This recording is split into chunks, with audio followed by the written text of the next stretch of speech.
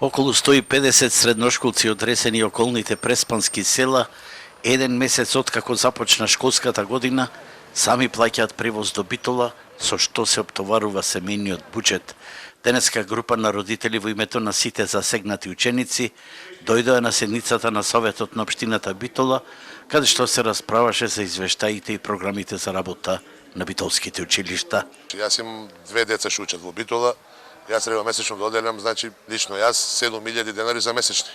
Дојдени сме тука, сакаме да знаеме како општинава и градот Битола како ќе го решат тој проблем. По Пеца Бајле пример, нема кој да од селата учениците не можат како да дојдат до градот, до Ресен. Почнуваме со берба на јаболка. Ние не можеме да носиме децата, плаќаме такси.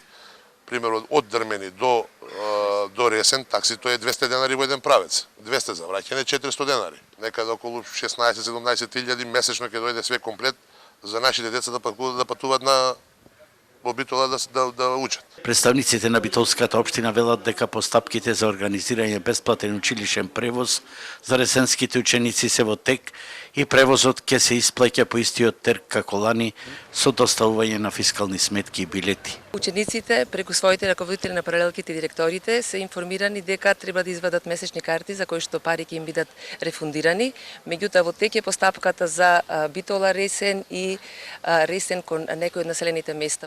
Од опозицијската советничка група на ВМРО ДПМН денеска предложија да се донесе одлука за авансирана исплата на трошоците за превоз. Ќе предложиме иницијатива за авансирано плаќање на трошоците кои што ги имаат родителите во делот на бесплатниот превоз на ученици или изнаоѓање модел да трошоците према превозниците родителите ги плаќаат во оној момент откако ќе му бидат рефундирани средствата од страна на општина Битола, бидејќи висината на средствата кои издвојуваат еве конкретно од општина Ресен до Битола, доколку има две дечина кои учат во средни училишта во Битола, изнесува трошокот околу 10.000 денари месечно. За жал, мнозинската советничка група на СДСМ овој предлог отфрли и ресенчани ќе морат и натаму да плаќаат за своите средношколци се до завршувањето на постапките.